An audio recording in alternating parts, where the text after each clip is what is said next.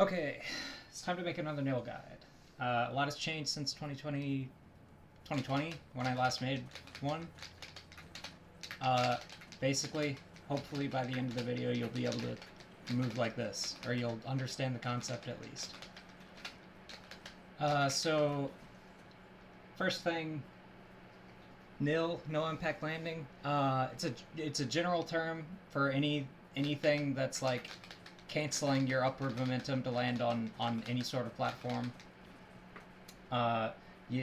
You'll see Steve's talk about NIL a lot. It's the same principle, but obviously it's a different execution.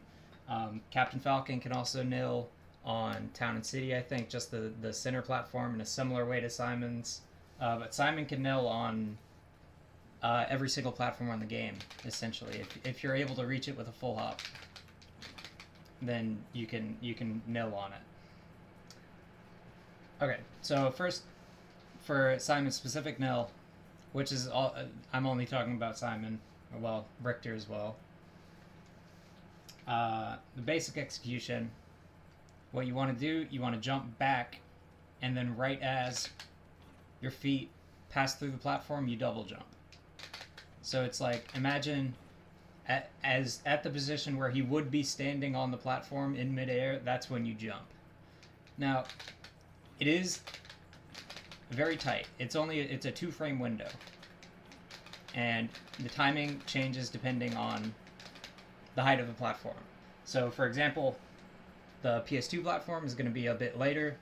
The Smashville platform, I think, is the same timing as PS2, and the town, center, and side platforms, the lower side platforms. Kalos also the same as them. Hollow Bastion, it's almost the same as Battlefield, but it's shifted by 1 frame, I think. I don't remember whether I think it's 1 frame earlier. But,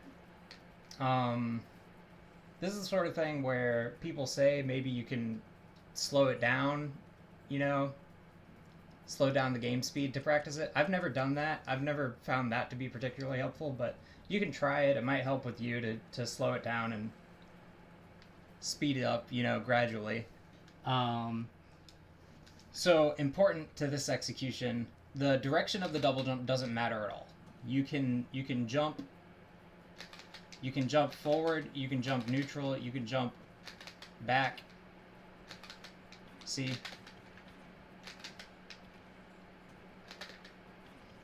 All that matters is that your initial jump is a jump back. You have to get this animation. Nothing else matters with it other than initially you're jumping back. So, just again, I'm buffering back, buffering forward, buffering neutral. Doesn't matter what direction you're holding to double jump. All that matters is that the initial full hop is back. So, obviously this is difficult. Obviously it takes practice. And, again, personally, I don't really enjoy just sitting and grinding this shit out. So, what you want to do, pretty much just do it between stocks. If you play quick play a lot, you can do it in between quick play games. But, like, between stocks, you have time to, like, crank out 2 or 3 of them. And even if you, like, mess it up, you have time to, like, attempt 2 or 3 of them. So it's like, just doing that, like, you can get good at it within a reasonable amount of time, I think. Or you'll start to pick it up. I guess I'll talk about applications at this point. So, well, not really applications, but additional things to practice. Because if you're only able to just NIL like this, just from a standing position, your applications are going to be very limited.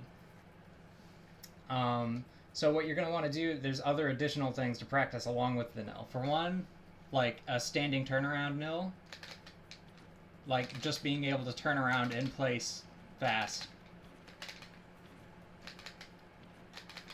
and do the NIL.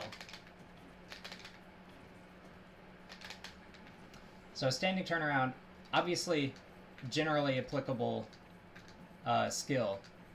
A very, very subtle skill it is kind of difficult to not do like a dash, by accident. To just turn around. Easy way to practice it, just turn around jab, because that way you're not holding any sort of direction afterwards. But yeah, it's worth practicing because, say, somebody's standing right here, like right above you in that like 45-degree position, but he's facing you. You want to be able to turn around to be able to get the nil.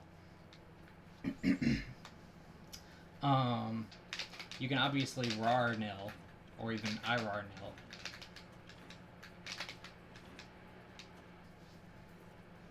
So of course, like I just showed you, one of the most obvious applications. They're standing on the platform. They're holding shield.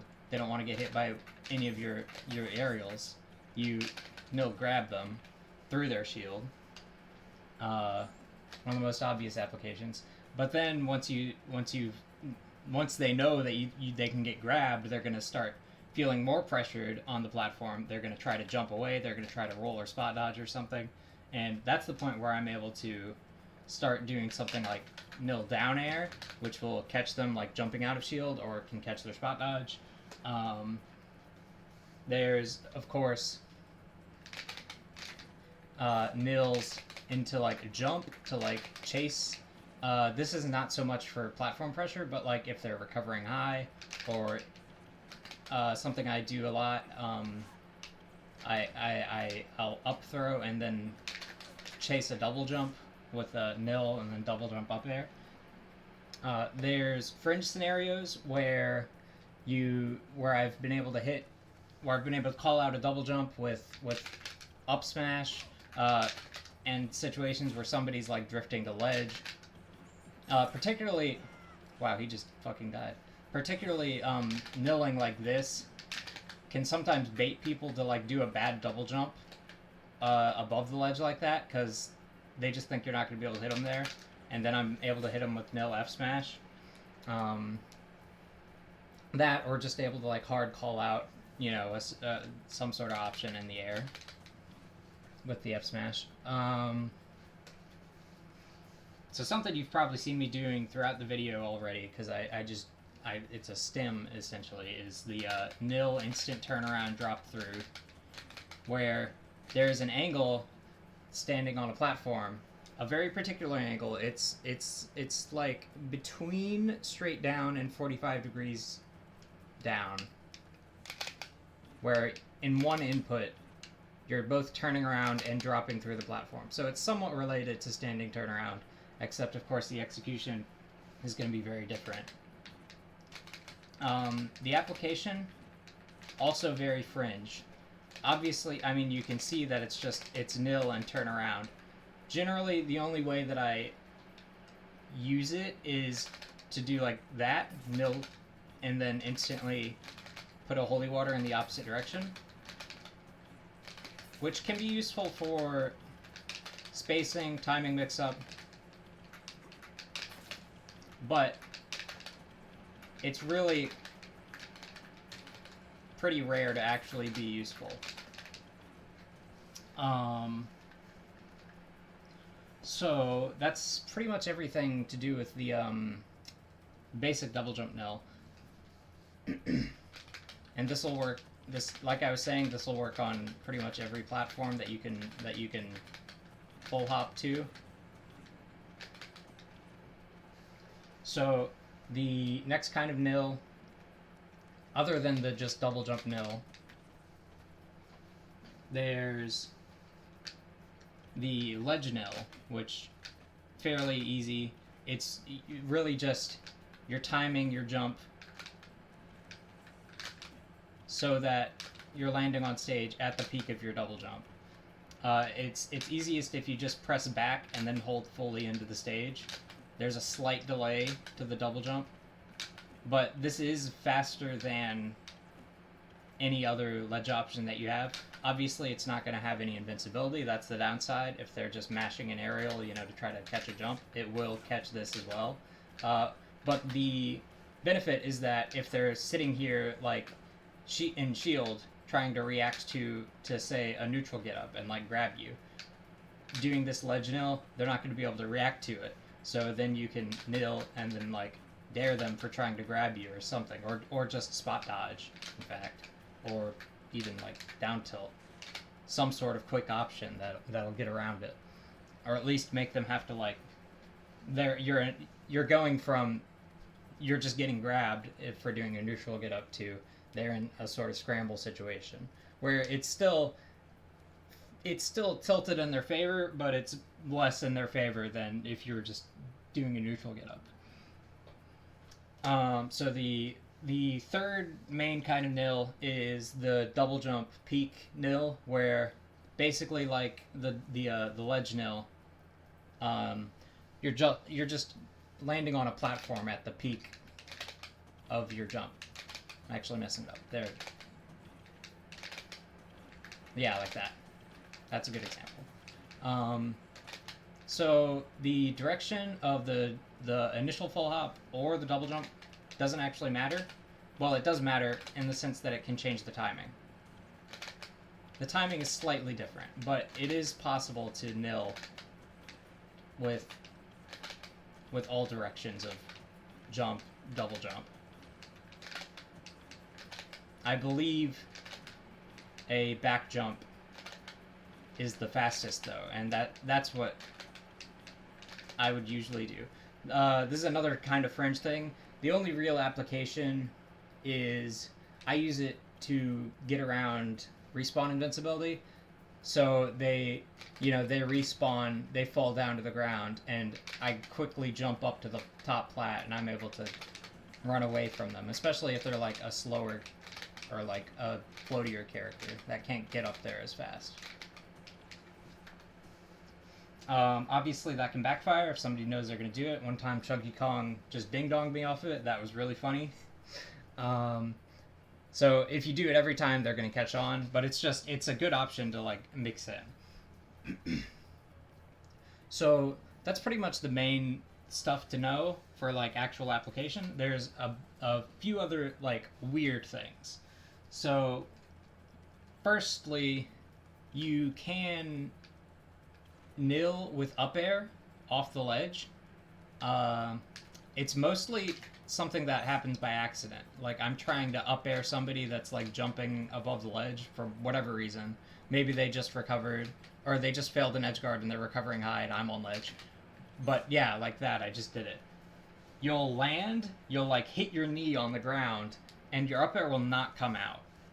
It is technically a nil, but it's not a nil that you want to do. It's really like, I don't know the timing well enough to be able to avoid it, but it's mostly just, if it happens to you, you'll know what happened then, is what it is.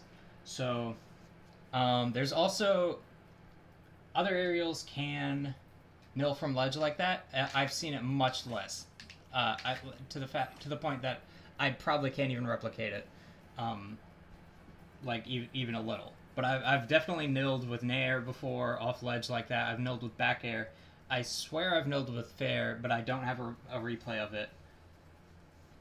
So that's just like, it's not often enough that I would stop doing aerials from ledge, but it's just like, it can happen sometimes. So like, the element of surprise could probably screw you up more than your aerial not coming out.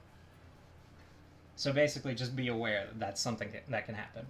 Similarly, there's some way to nil off the ledge with holy water, which I've only done maybe once or twice.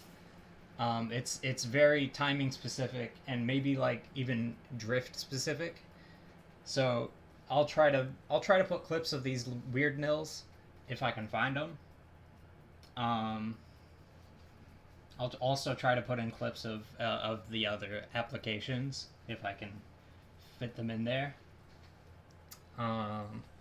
What's the other one? It is possible to... I'm putting this as a weird nil just because it's so specific and like very no application. I mean, there's application, but it's so difficult that like... Basically, I want to say that you can nil from the side platforms to the top platform on Battlefield. So, potentially if somebody's shielding on the top platform, you can get it, but you have to know, like, from the very ledge.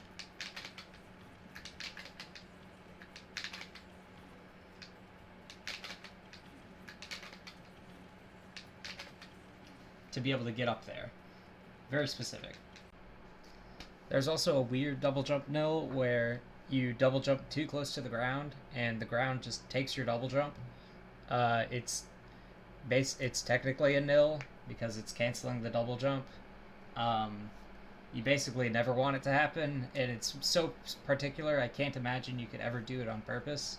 It's like specific to whether you short hop or full hop. I think you have to short hop. It's specific to like how you drift. It's frame specific. I'll just have the clip playing and put up Jengi's tweet explaining it better. And then the final little piece of trivia. So the thing about full hopping to the platforms to NIL, if a platform is, it really has to be in the like second half of the full hop. If it's shorter than that, if the gap between the ground you're standing on and the platform is less than that, then you actually won't be able to NIL on it. So, for example, this crate, you cannot full hop NIL on it. But what you can do, you can short hop NIL. Oops. Like that. So this is, again, very fringe. The only real application for that sort of NIL would be off of like a Steve block or a Steve anvil onto a normal platform. And then you just do normal NIL stuff off that. It's very particular. It's very, you really have to practice it to be able to short hop and NIL like that anyways. See, it's so hard I can't even like do it more than once. But it's worth knowing, at least if you're me, just because it's interesting. So just want to reiterate on practicing it. It is important to be able to do it. Just do it in between stocks for one. Do it in between stocks. Do it in between quick play games. But it is important to be able to do it under pressure. So really, I recommend if there's a spot, if there's a position where you see that a NIL can be applied, then maybe not in bracket at first, but in friendlies at least, you just go for it. And you might mess it up, but ultimately it doesn't matter that much if it's a friendlies. If it's just a friendly, it doesn't matter if you mess up a NIL that much. But you really do have to go for it, because you have to want to do what's optimal more than you're afraid of messing it up. Basically, you have to be able to, like, you have to have the feeling that messing it up doesn't feel as bad as just not going for it and letting them get away with something you know you can punish. For like, if somebody's just sitting on platform in shield, and you're like really trying to like pressure them, but they're able to get off the platform every time. If you know that they're gonna sit in shield, and then you just gotta go for that grab, I think. Even if you're not confident in it, even if you mess it up like and you double jump above them and look like a fool, you really just gotta go for it. And the only way you're gonna get good at it is by going for it in a real scenario, even in bracket. You just have to do it. So, yeah, keep practicing, grinding them out. Apply it in matches as often as you see you can, and eventually you'll get as good as me. Probably not, but